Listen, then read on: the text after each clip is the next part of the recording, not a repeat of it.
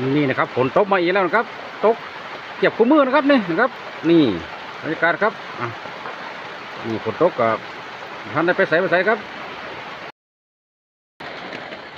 นี่นะครับฝนตกเราก็จะมากินย่างปลานะครับย่างปลานะครับปลาตัวงามเติมอยู่ครับย่างปลานะครับส่วนผสมก็นี่นะครับมีพริกไทยแล้วก็กระเทียมนะครับสำหรับรสดีผมก็จะมาใส่นะครับใส่แค่พริกไทยครับกระเทียมกับพ่อแหละครับนะครับนี่นะครับมักนะครับนี่มักย่างนะครับนี่แหละครับสุกแล้วครับนี่สุกแล้วครับอาหารบ้านนอกครับสุกแล้วครับนี่ย่างปลานะครับย่างปลาไม่ไหมนะครับนี่นี่เนี่ยยังอันนี้อยู่นะครับอุ้ยบางทีนะครับนี่แก้วนะครับนี่ประมาณนี้นะครับ